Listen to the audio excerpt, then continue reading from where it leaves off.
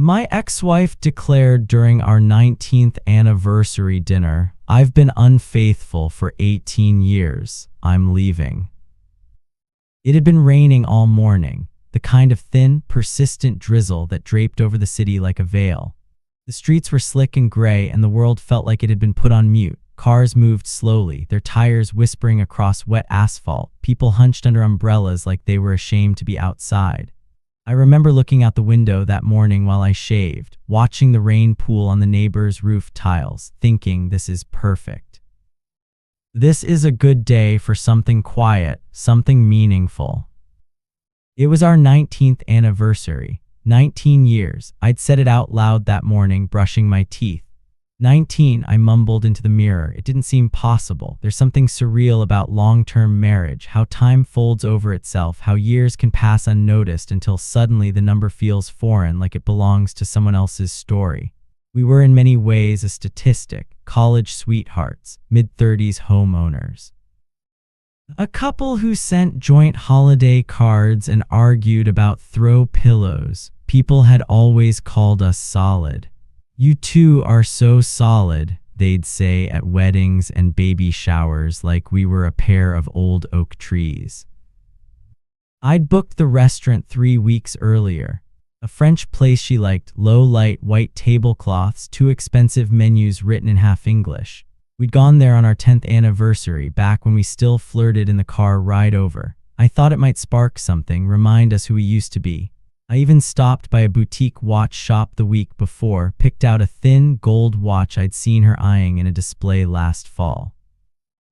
I'd imagined the moment, me sliding the little box across the table, her face lighting up with that real, involuntary smile she used to have when she was surprised.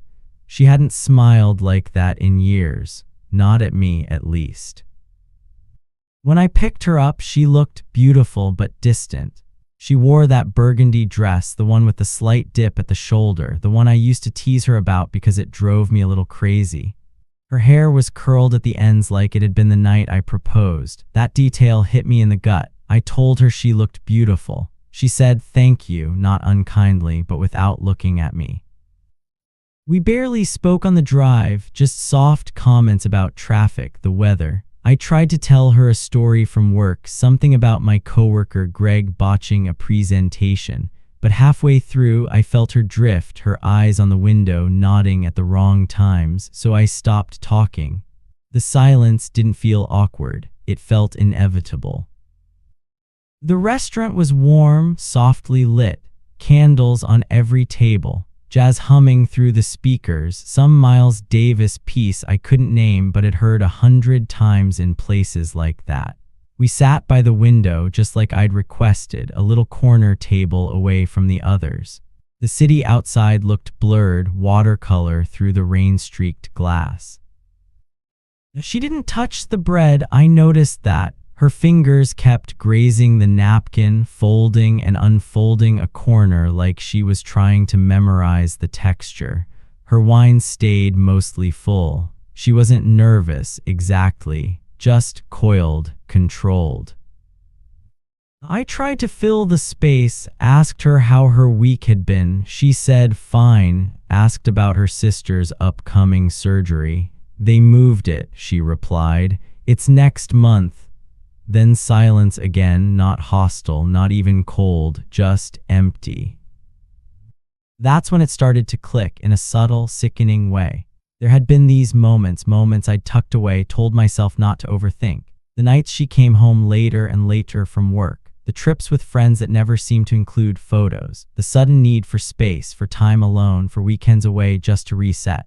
I felt the drift, but I hadn't named it. Numbing it made it real. And I was afraid of what it meant if it was real.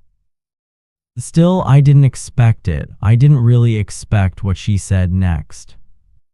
She looked up from the napkin, straight into my eyes. Her voice was low and calm, almost kind. That was the worst part, how gentle it was. "I've been unfaithful for 18 years, she said. "I'm leaving." I didn't understand the words at first. My brain rearranged them like puzzle pieces that didn't quite fit. I blinked, Thought maybe I misheard her. Maybe she was quoting something, a line from a book, a movie, a joke. What? She repeated it almost identically. Same tone, same look in her eyes, still neutral, as if she were telling me the cable bill had been paid late. I've been unfaithful, she said. For 18 years, I'm leaving. I laughed, not because it was funny, but because my body didn't know what else to do. A short, breathless sound that escaped before I could stop it. Wait, what? I said again, louder this time. She didn't blink. I didn't want to keep living like this. I wanted to tell you tonight because it felt like the right time. The right time, I repeated, and suddenly my voice had teeth. You mean our anniversary dinner was the right time to tell me you've been cheating on me since year one? She looked down, then back up. No tears, no rage, just that same terrifying stillness. I didn't want to hurt you. I stared at her. The candlelight flickered between us, casting shadows on her face that made her look almost unfamiliar. I saw her lips moving, maybe forming more words, but I didn't hear them. My ears filled with a high, buzzing static. My throat clenched. I felt like I was sinking into the floor, like the restaurant was floating above me and I was drowning beneath it. I stood up. I didn't remember doing it. My chair scraped loud against the tile, heads turned. I didn't care. I didn't know where I was going, just away. I left the wrapped watch under the chair, the wine untouched, the memory unfinished. I walked through the city like a ghost. Rain slicking down my coat, my shoes soaked through in minutes. I wandered without aim, past shops we used to visit, past the bookstore where we bought our first shared journal, past the alley where we once kissed after a movie, drunk and happy and 22. The city hadn't changed, but I had, or maybe I hadn't changed at all. Maybe I was just waking up. It was after midnight when I made it back to the car. I sat in the driver's seat, staring at the dashboard, my fingers curled around the steering wheel like it was the only solid thing left in the world. The rain tapped soft rhythms on the windshield. I didn't turn on the engine. I didn't cry. I didn't scream. I just sat there and let everything I thought I knew collapse quietly inside me. The first morning after, I woke up on the couch with a crick in my neck and a sour taste in my mouth, like regret had settled there overnight. I hadn't even undressed, just collapsed sideways into the cushions sometime before dawn. Her absence didn't hit me right away.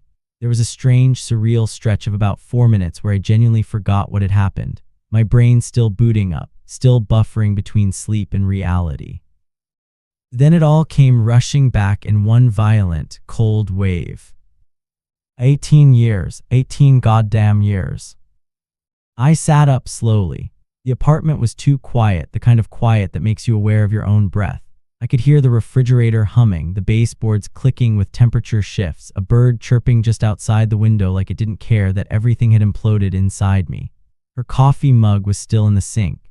A hair tie sat on the arm of the chair, those small, innocuous details that felt suddenly obscene, like traces left behind at a crime scene.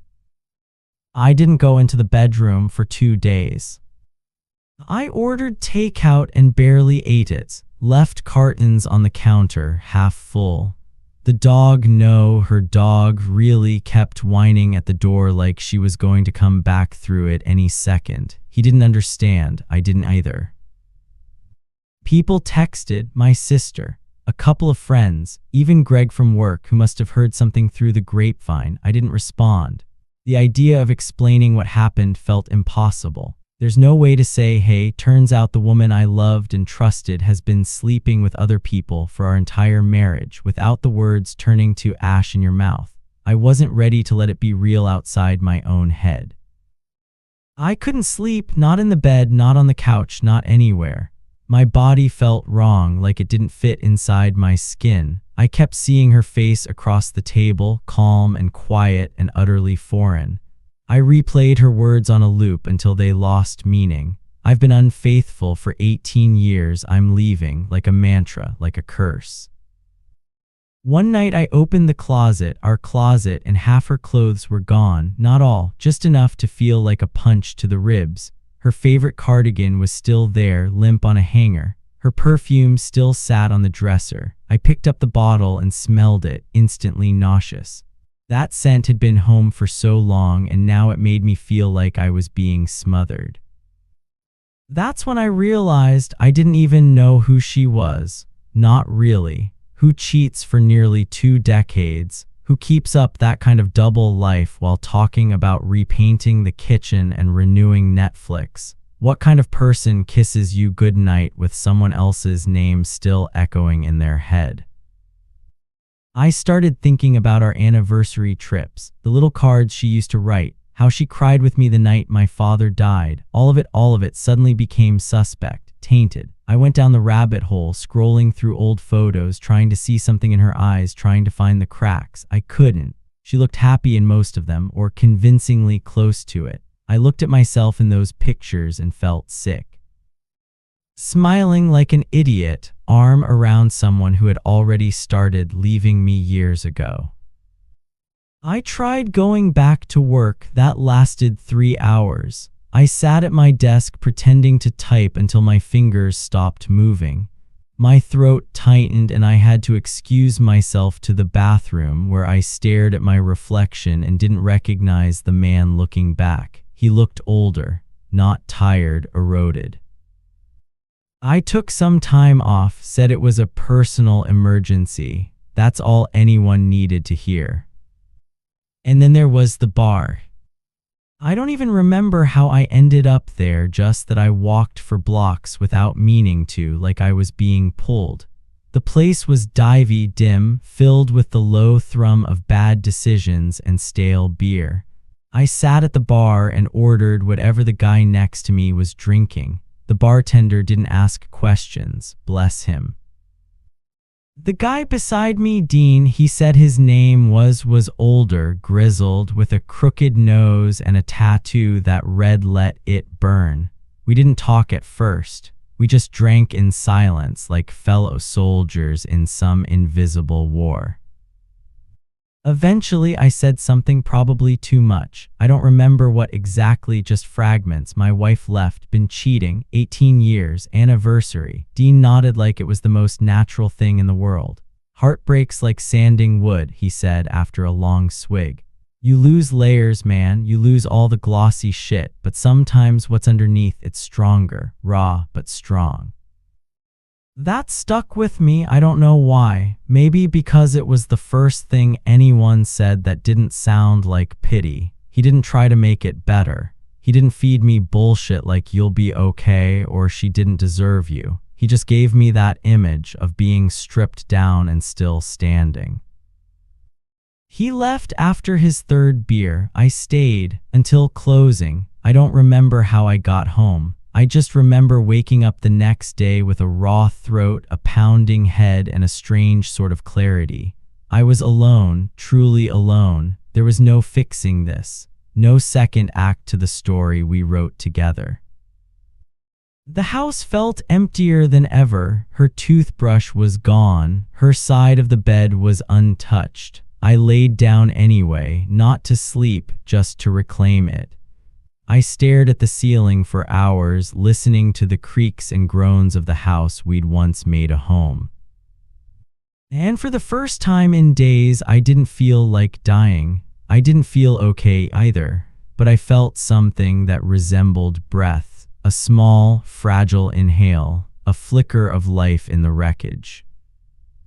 I wasn't healed, not even close, but I was still here, and that had to count for something. It had been 6 months, long enough for everyone to stop asking. Long enough for the world to forget that I was the guy whose marriage disintegrated over creme brulee. But inside, I still woke up some mornings not knowing how to exist.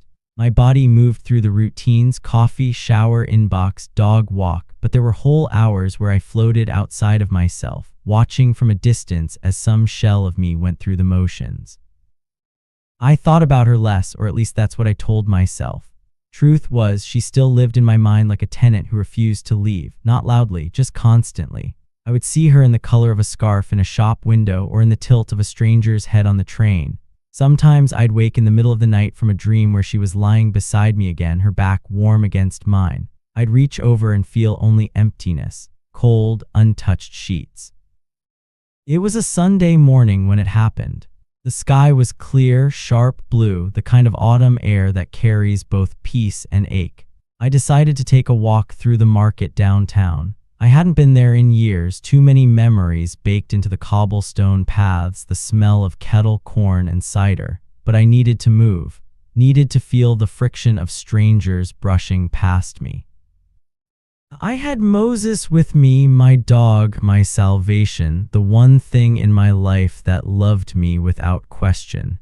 He trotted beside me, tail wagging, happy just to be part of something. And then I saw her. She was standing by a stall of sunflowers, holding a canvas tote bag and wearing that old gray coat with the wide collar. Her hair was shorter now, a little lighter, and her laugh, I heard it before I saw her, broke something open in my chest. It wasn't the laugh that hurt, it was how light it sounded, unburdened. She turned, she saw me, and time twisted in on itself. Her smile faltered, then returned softer. She said my name. Hey, she said, just that, hey, like we were old friends running into each other after years apart, like we hadn't once shared everything, like she hadn't detonated my life with one sentence. Hey, I said back, my voice coming from somewhere deep in my stomach.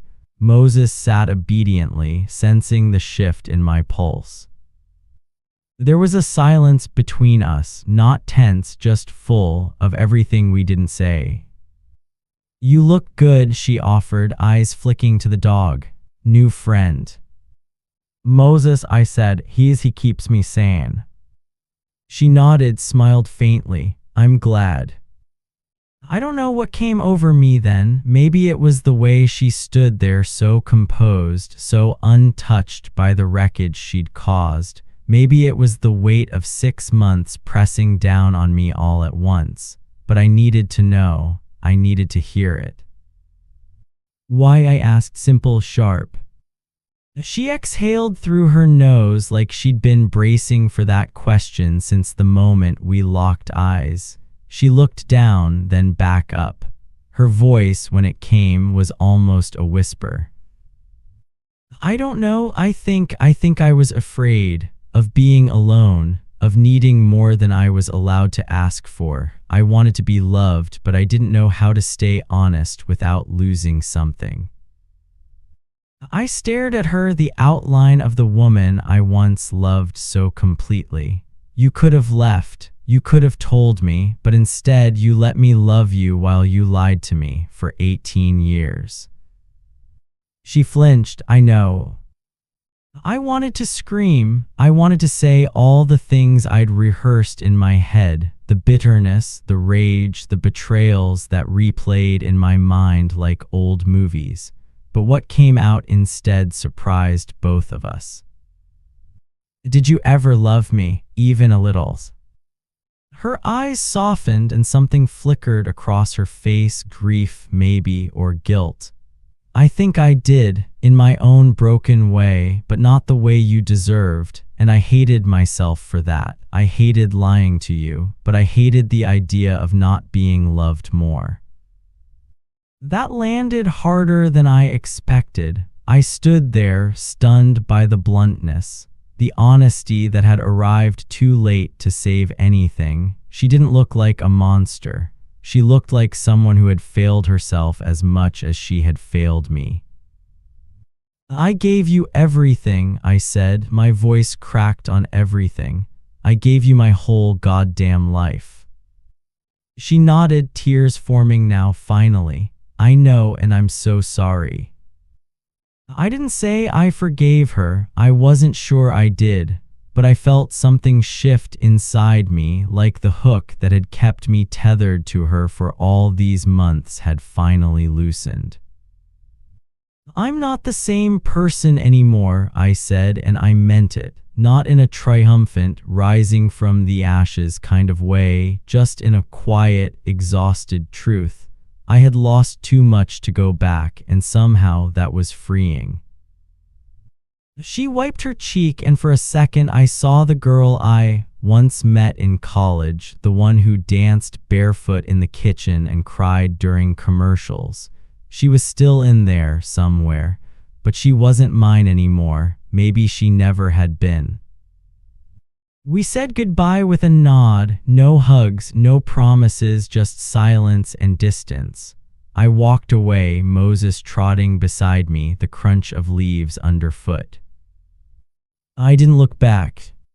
Not because I didn't care, but because I had already done enough looking back for a lifetime. It didn't happen all at once, this rebuilding, this slow stitching of myself back together. There was no grand moment of awakening, no sunrise epiphany, just small choices repeated often, like placing bricks in a wall that would one day become shelter. After that day at the market, something in me finally gave way, not broke, released. I stopped trying to rewrite the story, stopped imagining different versions of that dinner, of our marriage, of myself. She had been who she was, I had loved her anyway, and in the end I had survived it. That mattered more than I knew. I started making the bed again, at first just the side I slept on, my half, then eventually the whole thing. I began putting effort into breakfast, even if it was just eggs on toast. I played music while I cooked. Nina Simone, sometimes low and raw, or Bill Withers, sometimes silence, sometimes birdsong through the open window. I painted the bedroom pale gray, fresh. I threw away the wine glasses we used that night, gave the watch to Goodwill. It hurt, but it also felt like cutting a cord. The kind of hurt that means freedom. Moses would follow me around, tail wagging, eyes full of trust I hadn't earned but accepted anyway. We walk for hours some days. No headphones, just the sound of the world doing its thing, leaves rustling, kids yelling down the street, the soft pad of paws on sidewalk.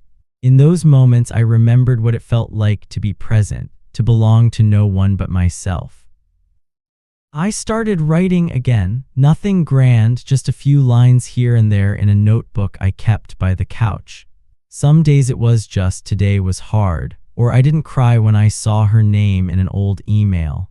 Other days it poured out of me. Whole pages about memory, about disappointment, about the absurdity of surviving something you never saw coming. There's a woman at the coffee shop. Her name is Elise. She has this quiet laugh and wears paint-stained jeans and always asks how Moses is doing. I don't know if it's anything, maybe it's nothing.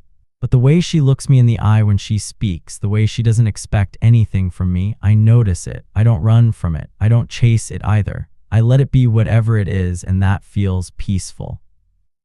Some nights I sit out on the porch with a glass of wine and a book I don't really read.